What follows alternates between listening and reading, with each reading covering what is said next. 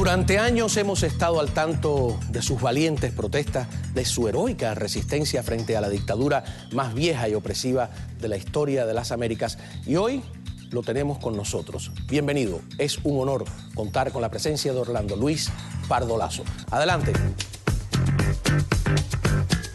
Bienvenido a casa. Muchas gracias.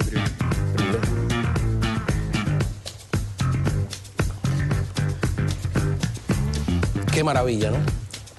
¿Qué me iba a decir a mí cuando leía tu blog, veía tus fotos, tus textos, que ibas a estar acá, ¿no? Mi primera pregunta es, tú, Joanny, Berta Soler, la hija de Osvaldo, ¿qué gana y qué pierde el régimen dejándoles salir a ustedes? No sé qué gana, porque no estoy en la mentalidad del régimen. Puede estar ganando que se disminuya la presión de la sociedad civil dentro de Cuba, porque hay muchos activistas ahora mismo trabajando fuera temporalmente.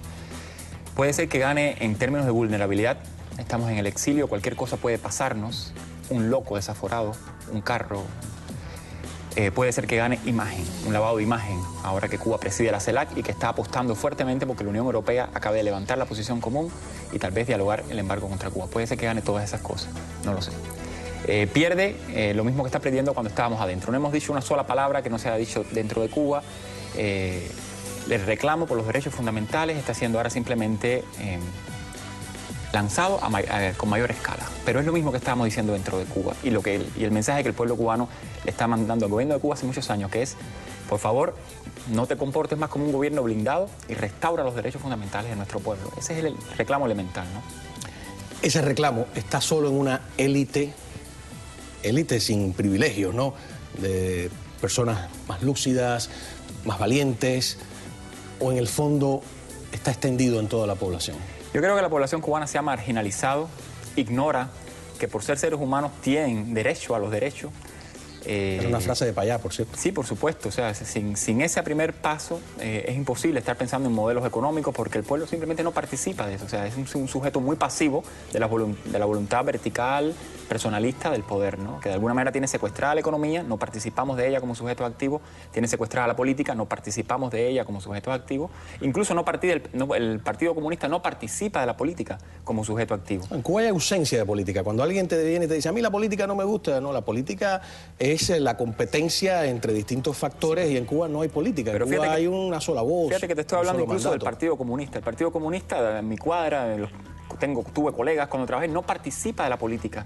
O sea, es como una masa... En el fondo no es un partido. No es un partido. En el fondo es un grupo que... O sea, una cadena de mando. El país hiperpolitizado, al final, tiene un gran vacío de política. Y por eso cuando termine el liderazgo de estos personalistas, de los hermanos Castro, no sabemos a qué atenernos. ¿Cuándo termina? ¿Tú crees que si es inevitable, ya no creo en las cosas inevitables, pero bueno, a corto, mediano o largo plazo, ¿cómo lo ves sin ánimo de tener una bola de cristal? En los años 90 era a muy corto plazo, y han pasado 20 años. ¿Qué te puedo decir ahora yo? ¿Pero tú crees que van a pasar 20 años más? ¿Qué te puedo decir ahora yo?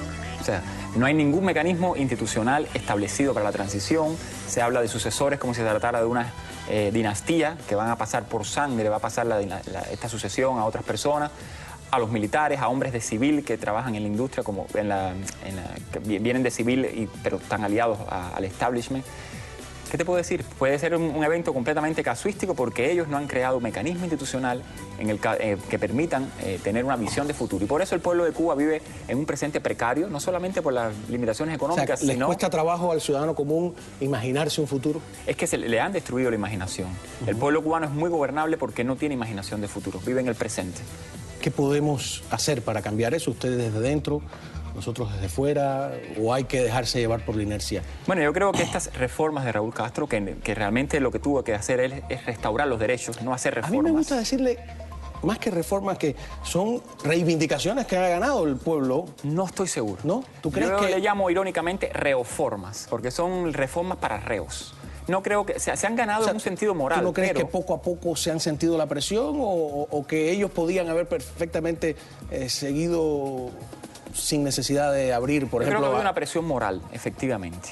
Está el proyecto Heredia, que estaba reclamando todos estos derechos que se han ido de alguna manera... Que se sentía, ¿no? Que se sentía de alguna manera, pero yo creo que sería muy optimista, ¿no? Puede haber detrás de todo esto una operación un poco más de inteligencia, un poco más perversa. Otra manera de abrir la válvula distinta moverlo al Mariel, todo, por ejemplo. Moverlo todo para que no se mueva nada. Para asegurar una economía donde entre el flujo de capital. ¿Y pueden tener éxito en eso? Absolutamente. Tienen todos los mecanismos. Tienen la prensa, tienen la izquierda internacional, tienen los gobiernos demócratas del mundo que les encanta tener una presencia en Cuba. O sea, yo creo que esto es lo que, mira, hablando precisamente, Osvaldo Payá definió como el cambio fraude. O sea, se pueden dar las condiciones, se puede levantar el embargo de Estados Unidos a Cuba y podemos seguir teniendo los cubanos ningún acceso a los derechos. Derechos elementales, repito. No estamos hablando todavía de organizaciones. Sí, hay derechos que no saben ni siquiera que los tienen, pero no solo en Cuba, en muchos lugares del mundo, también en América Latina, creen que los estados tienen derechos que los ciudadanos no debemos darnos a sí mismos. De alguna manera ha pasado eso. El ciudadano cubano muchas veces está tan desvalido que piensa que el Estado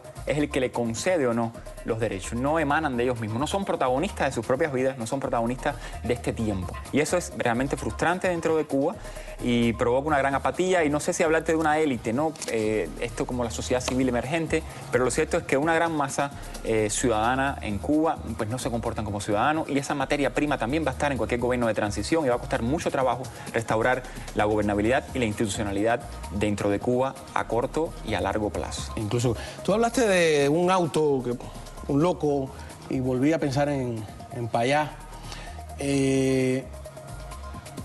¿Tú crees en tu fuero interno que eso pudo haber sido un accidente?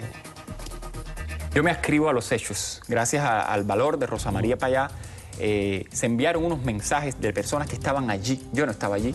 Personas que estaban ahí enviaron unos mensajes de ayuda. Por favor, estamos rodeados por militares. Un carro nos sacó de la carretera. Eso se envió en tiempo real, claro, aunque ellos lo hayan desmentido. El sueco haciéndose el sueco, el otro que no habla. Y existe un testimonio de una persona, Ángel Carromero, que ha hablado con la prensa, con el Washington Post, está publicado su testimonio. Y yo creo en la palabra de Ángel Carromero, y al menos exijo, también me sumo a ese pedido, de que el gobierno cubano, que se precipitó tanto en dar una versión oficial de los hechos, bueno, esa versión está contradecida ahora. Que dé otra versión, porque esa versión no es la verdadera. Hemos hablado del peligro de que la comunidad internacional no presione y que una muerte de esta naturaleza quede impune. No esta muerte. Yo creo que las otras muertes que ya han estado ocurriendo probablemente en lo que yo llamo como una especie de selectivamente en las personas que más perspectivas tenían para el futuro. ¿Como por ejemplo? Bueno, las damas de blanco ya no tienen a nuestra queridísima Laura Pollán. Han fallecido personas en huelgas de hambre bajo tutelaje del Estado, que debía haberse preocupado de que eso no pasara. Y lo más terrible de todo esto, el Estado no responde. Ya era hora que un gobierno cualquiera del mundo le respondiera a Rosa María Payá, le respondiera oficialmente. Llegado el caso que la llevara a un tribunal por difamación, yo no sé, que respondiera y que dijera no procede este procedimiento de revisión internacional por esto y por esto, o procede por esto y por esto, que le respondiera. El Estado cubano no responde a sus ciudadanos, no le habla. Para mí eso es un síntoma siniestro, cuando ese silencio presupone lo peor siempre. ¿Por qué tú no tienes miedo? No me da la impresión de que tienes miedo. A lo mejor lo tienes. No tengo miedo. ¿Por qué sabes esconderlo? No, ¿Por qué lo sabes administrar? Es que no depende de mí. Respóndeme, porque he visto tantos cubanos que llegan y que el miedo lo transpira a ser sinceros. Ni siquiera a que ataquen al gobierno. Me admira y me sorprende. No debería sorprenderme, tal vez, ¿no? No es eso. O sea, como que seguramente tuve miedo mucho tiempo. Cuando recuperé la palabra, el miedo se espantó un poco, se alejó, se difuminó un poquitico.